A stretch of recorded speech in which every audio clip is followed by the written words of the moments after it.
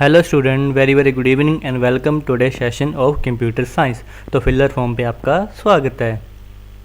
तो जो बच्चे हमारे चैनल पे पहली बार इस वीडियो को देख रहे थे तो उनको मैं बता देता हूँ कि हमारे चैनल पे first paper and second paper की फ्री क्लासेस प्रोवाइड की जाती है, जिसका आपसे कोई भी चार्जेस नहीं लिया जाता।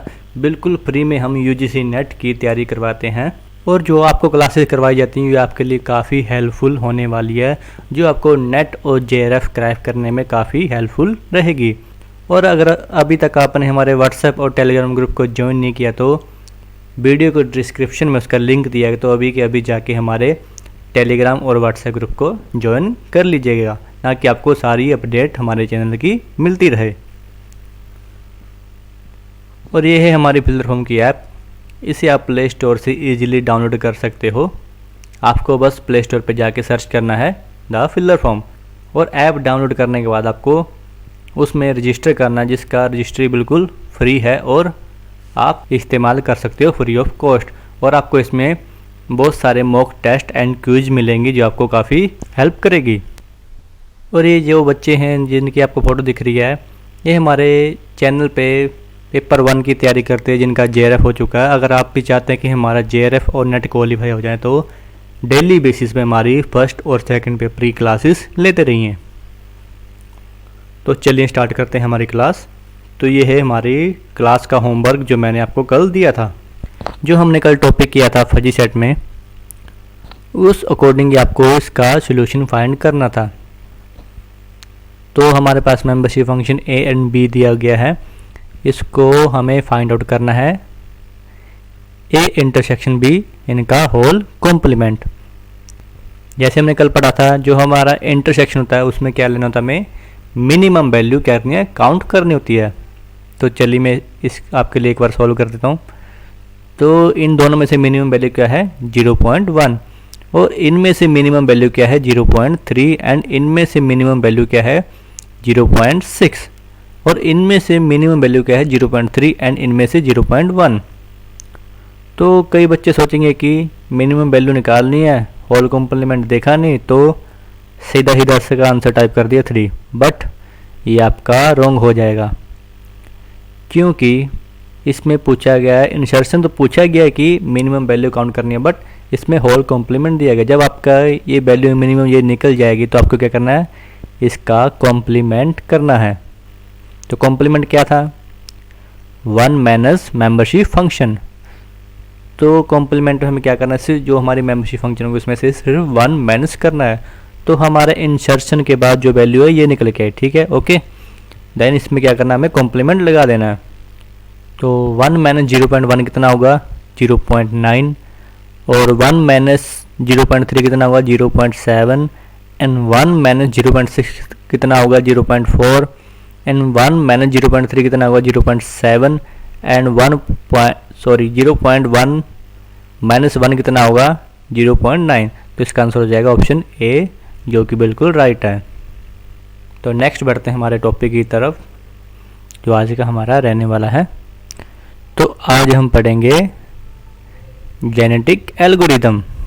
तो आज हम पढ़ेंगे जेनेटिक एल्गोरिदम क्या होता है, और introduction to optimisation and operator of genetic algorithm. ये काफ़ी आपके लिए काफ़ी इंपॉर्टेंट है यूजीसी नेट के लिए, इसके ऊपर काफ़ी क्वेश्चन आ जाते हैं। तो चलिए स्टार्ट करते हैं। तो सबसे पहले पढ़ते हैं हम जेनेटिक एल्गोरिदम क्या होता है। Introduction. Genetic algorithm were developed by John Holland and his students and college eight university of Michigan. तो जो जेनेटिक एल्गोरिदम वो जॉन हॉलैंड के द्वारा डेवलप किया गया था। बेसिकली जेनेटिक एल्गोरिदम एक अडप्टिव एल्गोरिदम है, मीन जैसा आपका इन्वायरमेंट है उस हिसाब से ही ये एल्गोरिदम अडप्ट करता है। And genetic algorithm is search based optimisation technique based on the principle of genetic and natural selection. तो जो जेनेटिक एल्गोरिदम है वो बेस्ड है हमारे जेनेटिक्स एंड नेचुरल सिलेक्शन। ये आपके दो फंडे हैं जिसके ऊपर आपका एल्गोरिदम बेस्ड होता है। जैसे जेनेटिक क्या है, जो हमने पहले भी पढ़ा होगा कि स्टडी में, जैसे study of gene and study of chromosomes की कैसे दो पेरेंट मिलके एक चाइल्ड क्रिएट करते हैं और अपना बेस्ट नेक्स्ट जनरेशन में पास करते हैं, और इसी तरह से ही gene next to next travel होते रहते हैं और न्यू जनरेशन आती रहती है। Mean for the next generation it travel to next, और इसी पे ही हमारा जेनेटिक एल्गोरिदम क्या होता है, बेस्ड होता है। And it is frequently used to find optimal और near optimal solution to difficult problem which means otherwise would take a lifetime to solve. Mean हमारे पास क्या है, बहुत सारे सॉल्यूशन है, और इनमें से जो हमें ऑप्टिमल सॉल्यूशन मीन जो बेस्ट सॉल्यूशन फाइंड करना है, इसलिए जो जेनेटिक एल्गोरिथम वो ऑप्टिमाइज टेक्निक के ऊपर बेस्ड होता है। मीन हमारे पास सॉल्यूशन तो बहुत है, पर उन सब में से बेस्ट सॉल्यूशन कौन सा, ऑप्टिमल सॉल्यूशन कौन सा है, वो हमारे ऑप्टिमाइजेशन टेक्निक के द्वारा चूज होता है। मीन ऑप्टिमाइजेशन टेक्निक को यूज़ किया जाता है। ओके, तो आप समझ गए होंगे कि जेनेटिक एल्गोरिथम क्या होता है और इसका प्रोसेस क्या है। ये जेनेटिक एंड नेचुरल सिलेक्शन किस पे बेस्ड होते हैं। तो नेक्स्ट बढ़ते हैं हमारे introduction to optimisation.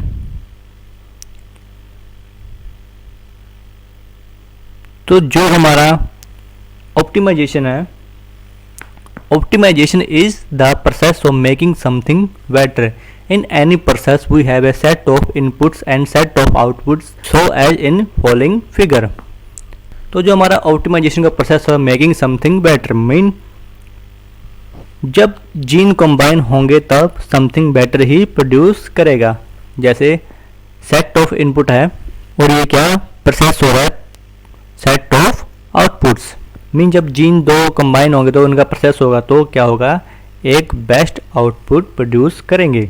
And optimization refer to the finding value of input such as way that we can get the best output value। The definition of best varies from problem to problem। Mean जो genetic algorithm होता है वो इसी पे work करता है कि find out the best solution. It is called optimisation. Mean optimisation is the process of making something better. Okay, and next आता है हमारे पास बेसिक टर्मिनोलॉजी। तो हमारे जेनेटिक एल्गोरिथम में बेसिक टर्मिनोलॉजी है। जो बेसिक टर्मिनोलॉजी है जेनेटिक एल्गोरिथम की वो है हमारा population, chromosome, gene and allele. ये 4 हमारे जेनेटिक एल्गोरिथम की टर्मिनोलॉजी है जो हमें पता होनी चाहिए। ओके, तो जैसे आपने पहले भी बायोलॉजी में अपने पढ़ा होगा कि इन पॉइंट के बारे में कि पॉपुलेशन क्या है, क्रोमोसोम्स क्या है, जीन क्या है, एलीली क्या है, ये आपने पहले भी बायोलॉजी में पढ़ा हुआ। जैसे population, it is a subset of all possible solution to given problem. जो पॉपुलेशन क्या है वो सबसेट है of all possible solution.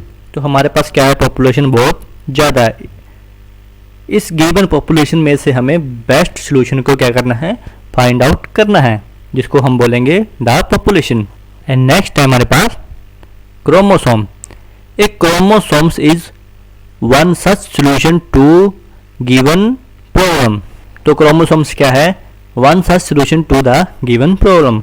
And जो जीन है हमारा, a gene is a one element position of a chromosome.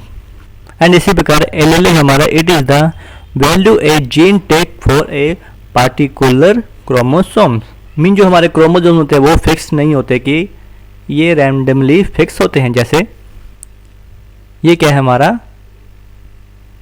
Structure जो दिखाया गया है कि जो हमारे क्रोमोसोम प्रोड्यूस होते हैं वो क्या करते हैं, वो चूज होते हैं। जैसे जो ये क्रोमोसोम प्रोड्यूस हुए वो क्या है, 1 चूज किया, और इसमें जैसे 0 चूज कर लिया, वो क्या हुआ हमारा जीन। बिकॉज जो पॉपुलेशन होती है, जो हमारी पॉपुलेशन में हम पहले से फिक्स नहीं कर सकते कि कौन सा क्रोमोसोम चूज होगा, कौन सा हमारा जीन होगा। तो ये क्या होगा, हमारा जीन प्रोड्यूस होगा।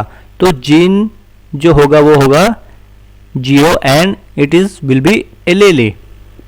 ओके, होप आप समझ रहे होंगे कि मैं क्या कहना चाहता हूँ। Because you all are mature what I am saying you can understand. Okay, so मैं डीपली इस पर नहीं जाना चाहूँगा। एंड नेक्स्ट आता है हमारा जीनोटाइप। तो जीनोटाइप क्या होता है? Genotype is the population in the computation space. In the computation space, the solutions are represented in the way which can easily understand and manipulated using a computing system. तो genotype क्या होता है? Genotype से आप समझ सकते हो gene. It is the structure of gene and genotype mean representation of gene. ये क्या कहता है? जीन को रिप्रेजेंट करता है. और इसी तरह से फिनोटाइप.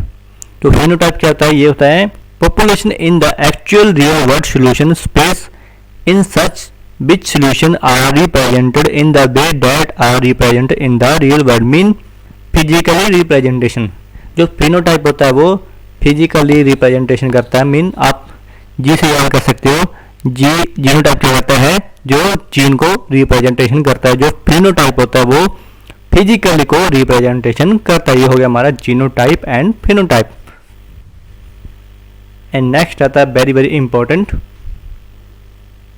हमारा ऑपरेटर इन जेनेटिक एल्गोरिदम. ये काफ़ी इंपॉर्टेंट है.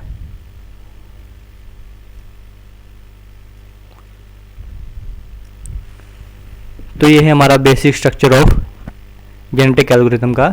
जो हमारा पहला होगा पॉपुलेशन, और पॉपुलेशन के बाद fitness, function and crossover, then mutation, then survivor selection and terminate and return the best. तो जब तक ये टर्मिनेशन क्राइटेरिया चलता रहेगा, जब तक ये अपने टर्मिनेट तक पहुंच नहीं जाते. तो हम वन बाय वन करके इसको एक्सप्लेन करते हैं. तो जैसे हमारा पहला है इनिशियलाइजेशन.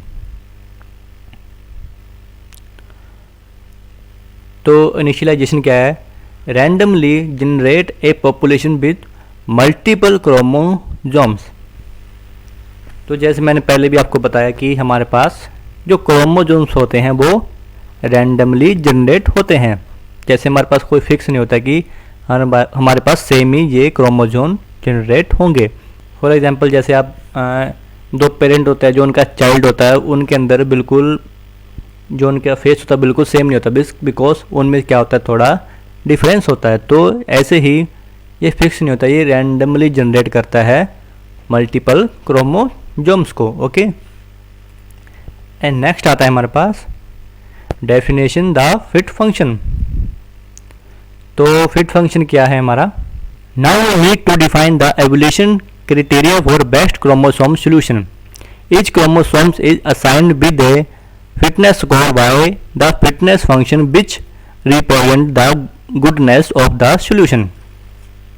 जो हमारे पास इनपुट है उसे इनपुट के अकॉर्डिंग हमें मोस्ट पॉपुलर या we can say fit output जो दे रहा है उसे हम कहते हैं फिटनेस फंक्शन. एंड जब फिटनेस फंक्शन की वैल्यू एवलेट हो जाती है तो नेक्स्ट आता है हमारे पास द सिलेक्शन. तो सिलेक्शन में क्या होता है?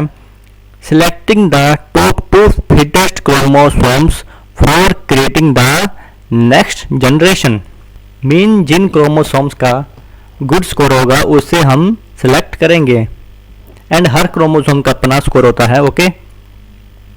एंड क्रोमोसोम सेलेक्ट करके नेक्स्ट जनरेशन को हम पास कर देते हैं. मीन हमारे पास क्या है? मल्टीपल क्रोमोसोम होते हैं, जो उसमें से हमें क्या करना है? हमें टू फिटेस्ट क्रोमोसोम्स को क्या करना है? हमें सिलेक्ट करना है ताकि हम नेक्स्ट जनरेशन को उसको पास कर सकें. जब हम टू फिटेस्ट क्रोमोसोम्स को सिलेक्ट कर लेते हैं तो हम नेक्स्ट जनरेशन में आता है हमारे पास crossover. Crossover is the equivalent of two parent having a child. Each chromosome contributes a certain number of genes to the new individual. Offspring are created by exchanging the genes of parents among themselves until the crossover point is reached. तो जब to fittest chromosome select हो जाते हैं उसके बाद क्या करते हैं? जो दो पेरेंट होते हैं उनका जो जीन होते हैं वो आपस में क्रॉस ओवर करते हैं. तो क्या करते हैं? वो एक चाइल्ड क्रिएट करते हैं. जैसे एग्जाम्पल में समझते हैं हम. तो ये क्या है? दो पेरेंट है. तो जैसे मैंने पहले बताया कि दो जो पेरेंट होते हैं उनके जो चाइल्ड होते हैं वो बिल्कुल सेम नहीं होते. जो इनके जीन होते हैं वो जब आपस में क्रॉस ओवर करते हैं तो क्या क्रिएट करते हैं? ये एक चाइल्ड क्रिएट करते हैं जो होगा एग्जाम्पल में से आप समझ सकते हो. और इनके जीन आपस में क्रॉस ओवर हो जाते हैं तो क्या क्रिएट करते हैं, ये चाइल्ड क्रिएट करते हैं। ओके, उसके बाद हमारा नेक्स्ट आता है म्यूटेशन। तो म्यूटेशन क्या है, to avoid the duplicity crossover generates offspring similar to the parent and to enhance the diversity in offspring we perform mutation. तो म्यूटेशन क्या है, जैसे आप एग्जांपल में देख सकते हो, offspring one original and after mutated. जो हमारे पास पहले ओरिजिनल ऑफस्प्रिंग था वो था 0101 एंड 01 एंड उसके बाद क्या हो गया 010000। मीन म्यूटेशन के बाद जो डिफरेंस आया वो है इन दोनों का। तो म्यूटेशन क्या है, the mutation crossover solve the problem by changing value of some feature in the offspring at random. तो ये क्या बिफोर म्यूटेशन एंड ये क्या है आफ्टर म्यूटेशन, भी इनमें से क्या डिफरेंस आया, दैट्स कॉल्ड म्यूटेशन। एंड उसके बाद नेक्स्ट आता है हमारे पास basic comparison of informed search and uniform search. तो इन्फॉर्म तो नेम से क्लियर है, इन्फॉर्मेशन वाला। जो अनइन्फॉर्मेशन होता है, जो जिसके पास इन्फॉर्मेशन नहीं होती। तो जो बेसिक नॉलेज है, use knowledge to find the step to solution. जो जिसके पास इन्फॉर्मेशन होगी तो वो अपनी नॉलेज के द्वारा ईजिली फाइंड कर लेगा अपने सोल्यूशन को। तो जिसके पास इन्फॉर्मेशन नहीं होगी तो नो यूज़ ऑफ नॉलेज, वो बिना यूज़ के अपना सोल्यूशन फाइंड करने की कोशिश करेगा। देन उसके बाद आता है एफिशिएंसी। तो एफिशिएंसी क्या है, highly efficient as consume less time and cost. And uninformed में क्या होता है, एफिशिएंसी इज मेडिएटरी। एंड जो इन्फॉर्म की कॉस्ट होती है वो लो होती है एंड अनइन्फॉर्म की जो कॉस्ट होगी वो हाई होगी। एंड जो परफॉर्म होगी find solution the more quickly, क्योंकि बिकॉज अगर हमारे पास इन्फॉर्मेशन होगी तो हम सोल्यूशन को जल्दी फाइंड करने के मीन अगर हमें कहीं जाने का रास्ता पता है तो हम इजीली चले जाएंगे, बट अगर हमें रास्ता नहीं पता होगा तो हम क्या करेंगे, पूछ के जाएंगे। जैसे speed is slower then the inform search. Okay, that's why जो इन्फॉर्म फास्ट होता है, अनइन्फॉर्म क्या होता है, स्लो होता है। जो उसका एल्गोरिदम होगा इन्फॉर्म का होगा heuristic depth first and breadth first search and A star search. And जो अनइन्फॉर्म का होगा वो होगा depth first search, breath first search and lowest cost first search. Okay, तो ये बेसिक कॉन्सेप्ट है, इसको आप अच्छे रीड कर लेना। कई बार सिंपल क्वेश्चन भी एग्जाम में आता है कि इन्फॉर्म एंड अनइन्फॉर्म के जो मल्टी चॉइस वाले क्वेश्चन होते हैं। ओके, तो आज हमने क्या क्या पढ़ा, तो आज हमने पढ़ा जेनेटिक एल्गोरिथम के बारे में कि जेनेटिक एल्गोरिथम क्या होता है, और हमने ऑप्टिमाइजेशन के बारे में पढ़ा एंड इसकी बेसिक टर्मिनोलॉजी से भी देखी कि फिनोटाइप, जीनोटाइप, क्रोमोसोम्स क्या होता है। और हमने देखे ऑपरेटर ऑफ जेनेटिक एल्गोरिथम जो काफ़ी इंपॉर्टेंट है, इसको आप अच्छे से रीड कर लीजिएगा एंड अच्छे से समझ लीजिएगा। और हमने पढ़ा informed search and uninformed search के बारे में। ओके, एंड नेक्स्ट बारी आते हैं हमारे होमवर्क की। तो ये होमवर्क का है, which following operation is responsible to jump from one hill to another hill.